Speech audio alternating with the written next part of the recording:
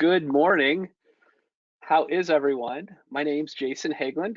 Um, I'm a consultant. I do a lot of work here for Employee Family Resources. Have do a ton of different types of trainings. Work with organizations about behavioral health issues and having conversations about how do we look at employee wellness? How do we look at doing things differently? How do we manage what's going on? I also happen to be a fifth generation Iowa farmer. I'm not sure how much that's going to come into play today, but certainly just a little bit of background about myself. I encourage everyone to go ahead and jump on chat and say hello. Part of doing webinars is kind of getting back to a little bit of interaction. And so a lot of these presentations that I do, I really love to hear from you. And so don't be afraid to jump on the chat, and say hello and give me some feedback or kind of chime in. Yeah, that resonates with me. Or no, I haven't really felt that way. So don't hesitate to do that. And I know there's always a delay, so I'll give you guys a minute to find the chat function and see if that works. So what is it that we've been talking about? As I go around the state, I also do some work for FEMA, the Department of Human Services here in Iowa. And so I do some work in disaster response, and where we find ourselves is we've been in a disaster for the last 15 to 18 months. And so a lot of the questions people are asking me are, what do I do now? How do I deal with all this stuff that I've been through, all these months and months of pandemic related stuff that's kind of weighing me down? What should I, what should I say? What should I do? How should I be helping and managing others right now? And so I'm hearing all these questions. I'm hearing people ask, where do I turn? What do I do? How do we go about this? And we just have to kind of step back and remind ourselves of what has the last 12 months plus been for a lot of us, for a lot of people in our communities, for people in our workplace, people that we supervise. We've been experiencing stress, right? There's been pandemic related stress, but on top of that, there's been social and racial injustice. There's been financial stressors within families. There's been worries about family, worries about grandparents, great-grandparents, loved ones. We've had to have tough conversations with our kids, with youth about the uncertainties of the world. We've had cybersecurity attacks. I have a son who's going to be going to DMAC next year, and he hasn't been able to register for the last 2 weeks because their networks were shut down. We've all, at some level, had merged roles, and we do this constant multitasking. I would go out on a limb saying most of you are probably multitasking right now because it's so hard to just engage and monotask, right? Instead of multitasking, are you starting to practice monotasking, getting back that focus? And all of those things, on top of it, now we're experiencing what many are coining the term reentry anxiety, that we're kind of starting to try to figure out, how do we get back into this? How do we get back into the roles that we were in before? And as we have all those compounding disasters, we're seeing some research come out that says 80 or 90% of people are feeling emotionally drained at their workplace. So instead of going to work and filling their cup up with energy, they're feeling drained. And so that it's just compounding all of these things happening. And so we want to think about how that works. And I know for me, I find myself at this intersection regularly. Have any of you been at this intersection over the course of the last 12 or 18 months? There were some times over the last 12 months that I sat at this intersection and I just scratched my head and I thought, which way am I going to go? How am I going to do this? Because many times the message was, there's no right way forward. I've met with many organizations, seen so many COVID return to work plans. And so oftentimes it felt like there's no way forward. I don't know what to do. How do I do this? I've talked to employees who have said, I don't know what to do. I don't know how to do it. What do I do to go forward? And I want to change the narrative on that. And so one thing that really spoke to me was, instead of sitting at an intersection where there's no right way to go, why don't we get to the intersection and move forward that every way's a right way, right? we've got to start thinking about how to create positive environments. Um, During a time where things have really been a lot of negative messages, um, draining messages for many, how do we get back to that right versus right mentality? And so this really spoke to me. And it really comes down to flexibility. How do we always make the right answers and acknowledge that there's more than one way forward? There's always multiple right ways to get to where we want to go. There's always multiple right ways to meet our objectives and our goals. How flexible are we willing to be to get there? Sometimes it means taking a longer path. I've been traveling the state recently, which is different, very different for me because it's kind of breaking out of the online doing Zooms and go to meetings and trainings this way and getting back to in person. And as I map things, there's always 3 or 4 routes I can take. Some are a little bit longer, some are a little bit faster, some have more turns, some have less turns, some avoid interstates, some take me on the back roads. And depending on the day, I may choose one of those alternate routes. All of those ways got me, all of those routes got me to where I wanted to go. And so I've started to open myself up more to thinking more flexibly about how do we get where we're going. And so as we think about that, it kind of moves me to think about, how are you doing? How often do you ask coworkers, people you work with, your family, how they're doing? Because everyone's kind of at a different spot on their journey as we think about the disaster, as we think about being back to work. Some folks were impacted much more than others. And when we ask, how are you doing? How often do we really want to know how the other person's doing? So frequently when we talk about these things and I ask, do you really want to know how you're doing? Um, People in the audience or others come back to me and say, yeah, most of the time, no. I'm just doing it to be nice in the hallway. And so I kind of challenge all of us to think about, when we ask how you're doing, are you willing to take 10 or 15 minutes and get the true answer? Because the reality is, we know across the state of Iowa that folks aren't doing great.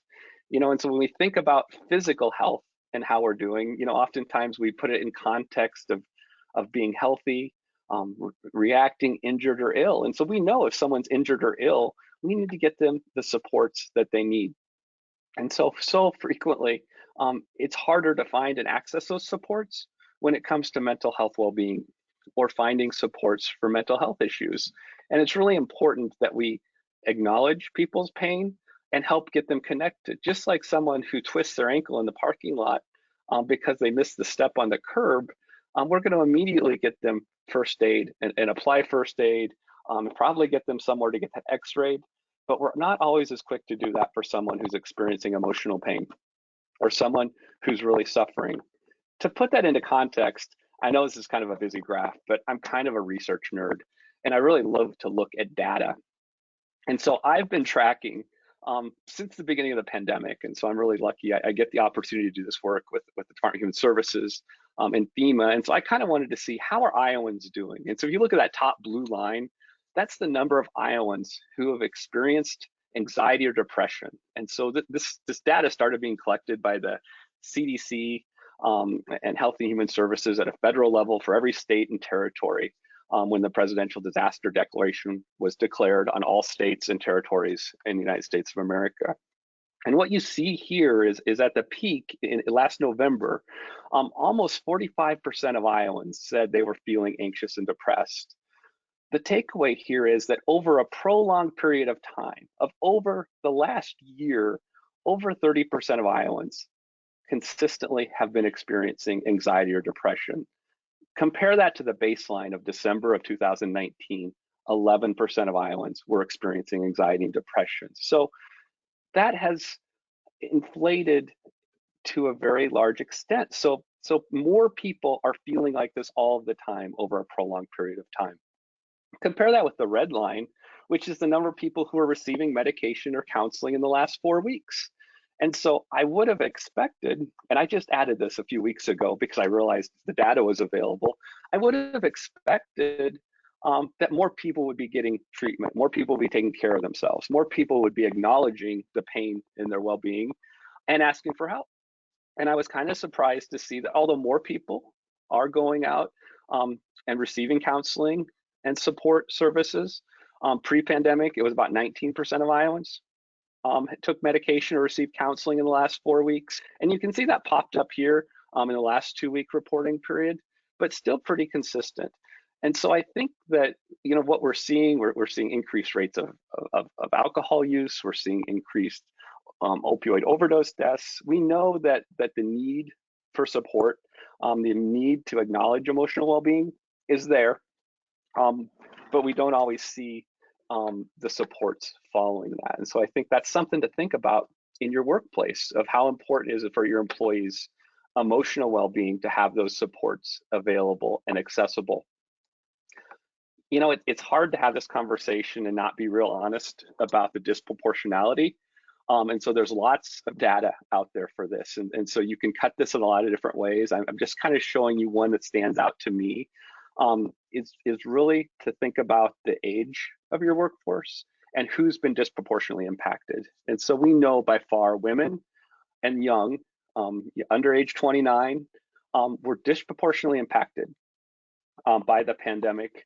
I did one of these talks yesterday, and somebody pointed out to me midway through the talk. They said on this slide, they said, take a look at who's here. And I looked through the 35 participants. It was all women, and they said, we're all here because we need to talk about this.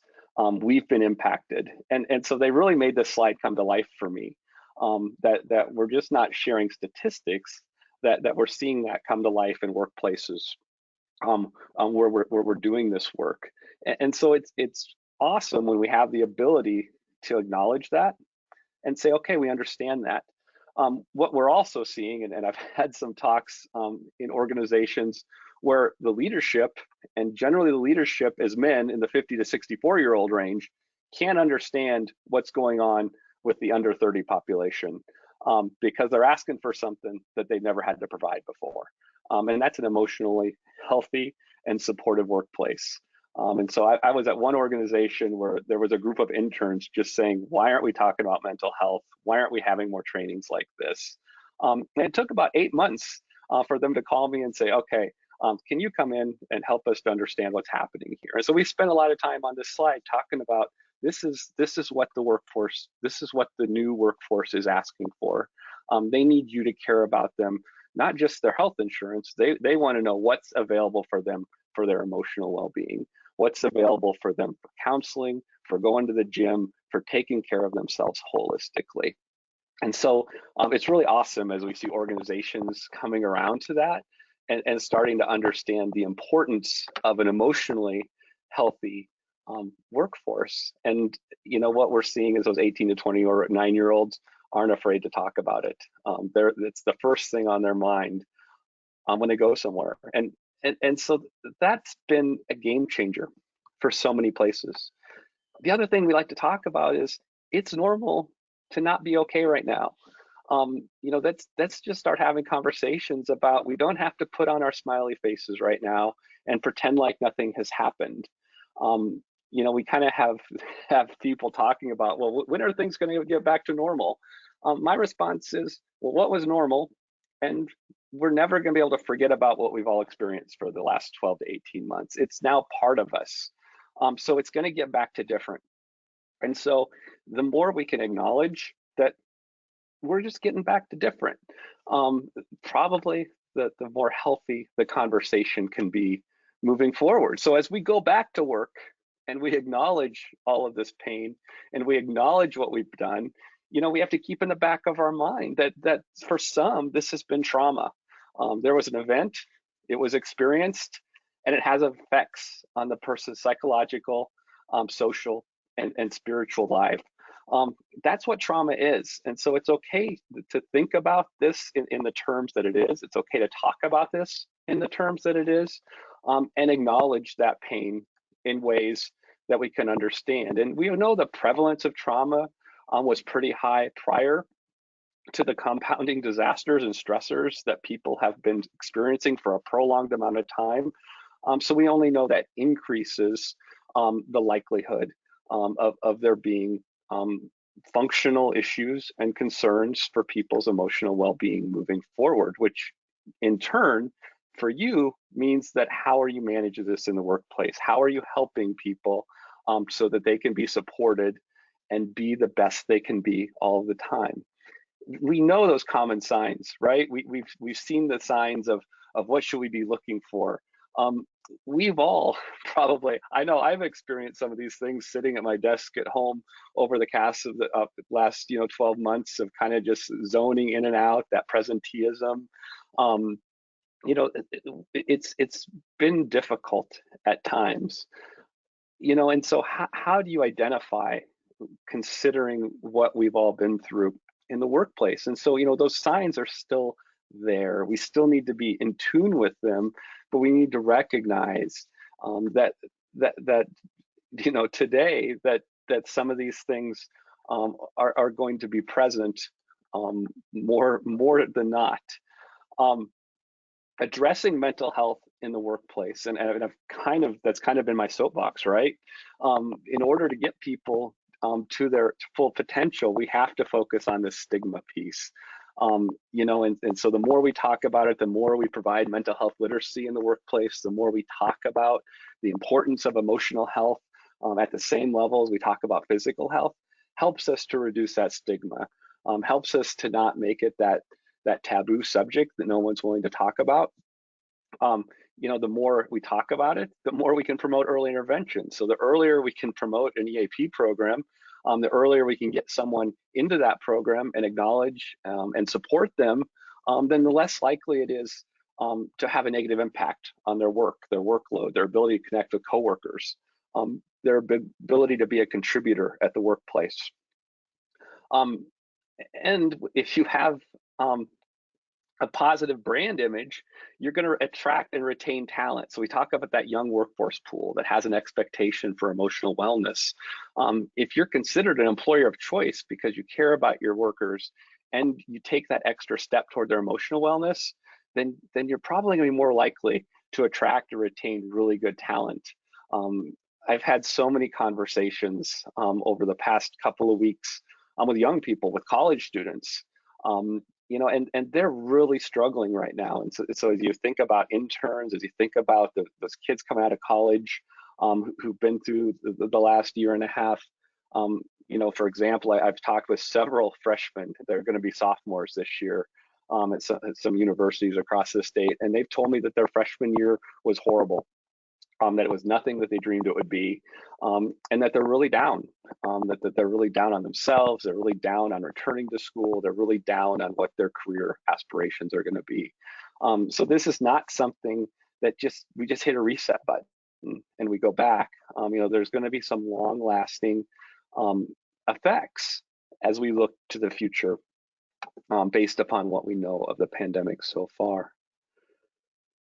So how do we take care? How do we promote taking care?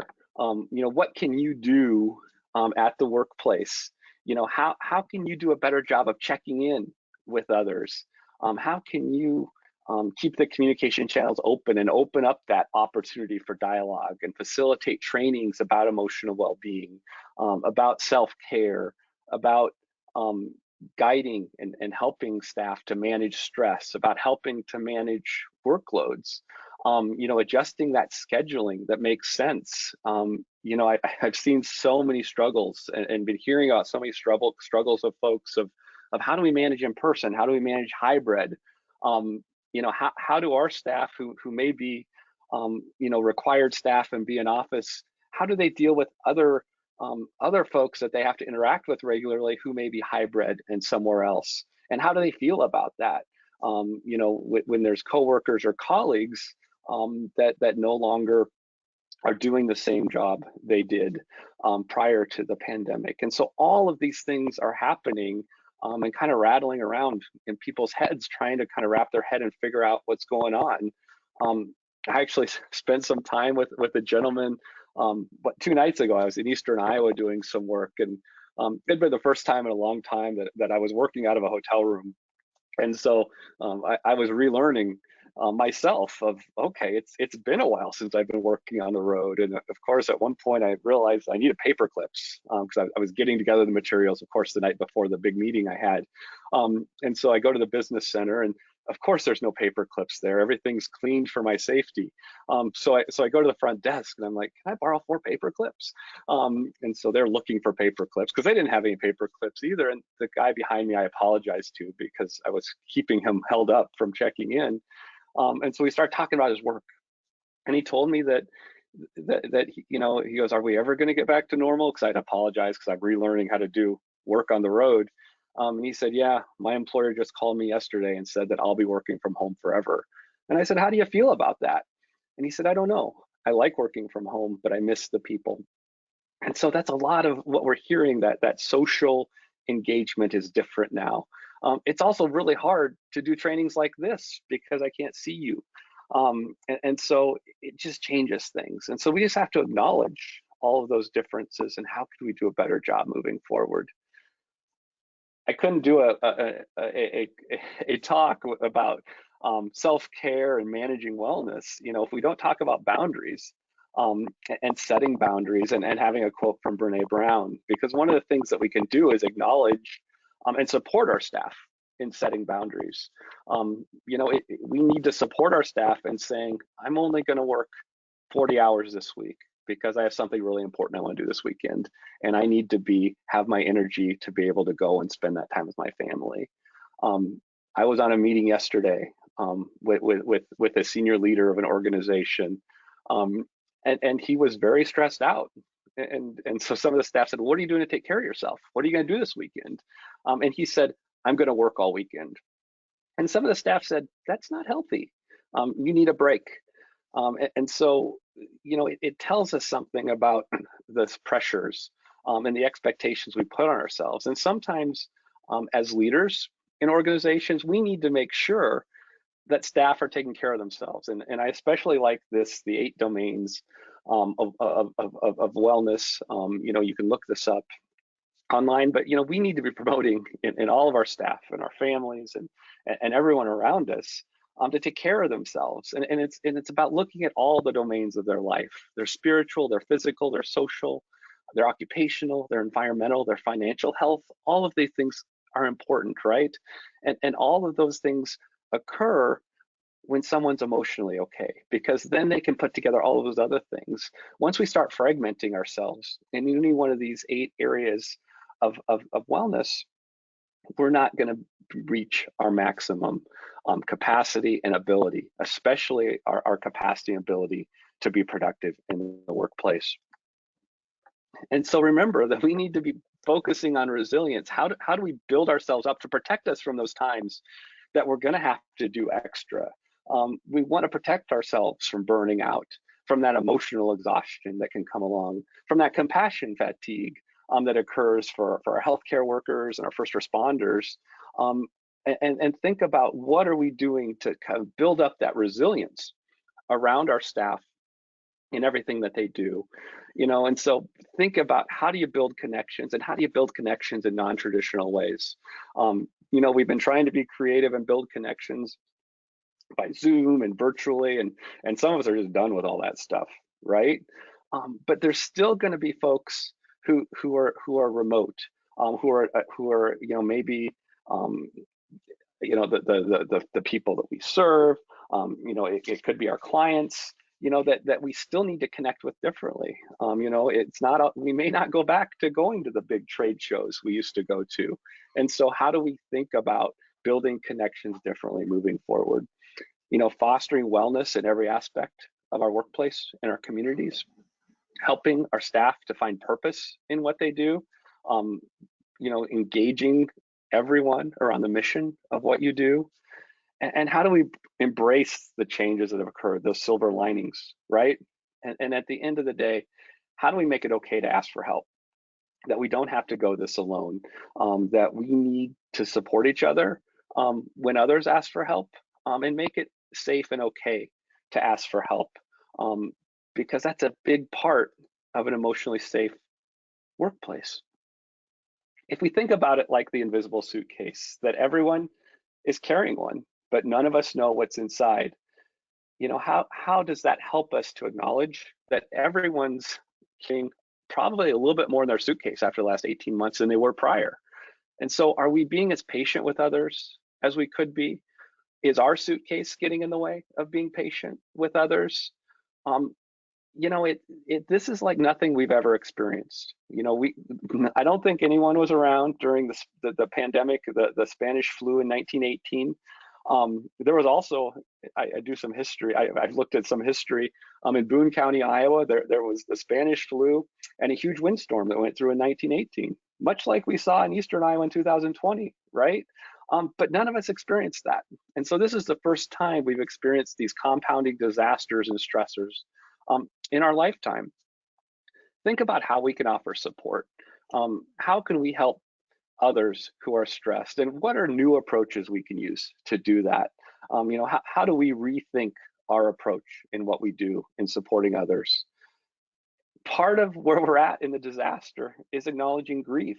Part of coming back and getting back, and if we went back and looked at the typical responses during a disaster, we kind of got stuck. It ended up being very different than a tornado or a flood, which is what we're much more accustomed to here in Iowa.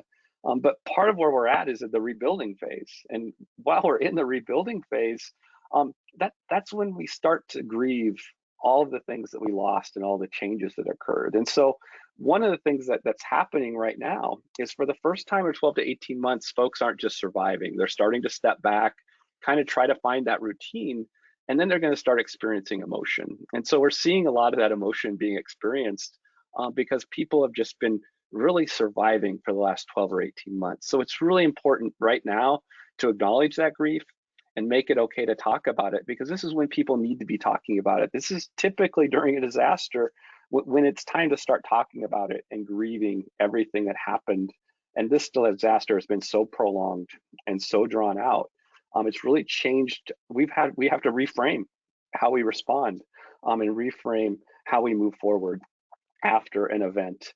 And this is a very different type of event. And this is really why you need your EAP. Your EAP can support you and provide guidance and assist you with all of that. Well, thank you, Jason, for such a great topic and so many different kind of perspectives to look at it. If you're on our webinar today, most likely, I would imagine you have EFR's EAP benefits. So this is a reminder that you have 24-hour phone support at 800-327-4692. Depending on what your benefit package includes, you may have anywhere from 3 to 6 in-person or virtual counseling sessions at no cost to you. We offer telephonic resources like financial and legal consultation, elder and child care resources, identity theft resolution, and life coaching. So many great ways to help you navigate any of life's challenges can be addressed through your EAP benefits with EFR. I would like to say that the benefit is completely confidential. We adhere to the same privacy practices that a physician would have to. So what you share with EFR, we are not allowed to ever share back with your employer. So if confidentiality has kind of been a question for you, please rest assured that we are HIPAA compliant. This is a time where we could do a little bit of a Q&A. So if anyone has questions or comments, I'm happy to moderate that with Jason. We did get a few people chiming in, Jason, about the slide where you had the road was closed and you couldn't turn right, left, go forward, go back. A few people commented, I've been there, I'm here all the time. So I think that was really relatable for a lot of people. Yeah, that's awesome. Yeah, I think that is very relatable. I would just, also mention that the FEMA response is still available in Iowa. So there's, beyond your EAP, the Iowa Warm Line and the Iowa Concern Hotline is available as a support. Oftentimes that directs people and explains to them what their EAP program can do, or what their insurance benefits may be, or help connect them to a group in their community. Because just like in any type of disaster, it's really important that we're supporting above and beyond what the infrastructure and the behavioral health infrastructure in the state can manage, because there is such a continuing increase of that anxiety, depression, substance use. It's really concerning as we look forward. At this point, we're really looking at how do we recognize, reclaim, reconnect, and respond to all of the events that have happened to all of us over the last, 18 months, I guess now. Can you believe it's been that long? No, no, I can't. But then I think about, as a mother of a small child, how, she had just turned 3 when this started, and now she's nearly 4.5, and how much has changed in her life and development. And so when you start to kind of think of it in that way, it's like, wow, I have a friend who had a baby right when the pandemic started, and she's expecting a baby in July. And so she will have had 2 COVID babies essentially. Yeah. So that's where you go, wow, this has been kind of a long time. And the disruptions continue. I mean, we look at supply chain disruption, around the world. More people have died by COVID already at this point in 2021 than died all of 2020. So worldwide, this is a huge disaster that's still occurring at a very rapid rate. Although, in America, we're seeing vaccinations, so on and so forth. That's impacting our ability. It'll impact our ability to buy presents this Christmas, because of those supply chain issues, and that's impacting companies all across the state as well. For sure. Well, thank you so much, Jason. I don't see any questions coming in. I do want to make a brief announcement that we have a webinar coming up on Wednesday, July 7th. It's Unlock the Powers of Mindfulness and Compassion During Tough Transitions. That's also at 10 a.m. If you go to efr.org, under the menu heading Stay Connected, you can find past webinars and upcoming webinars. So you can view a past webinar, you can register for an upcoming webinar.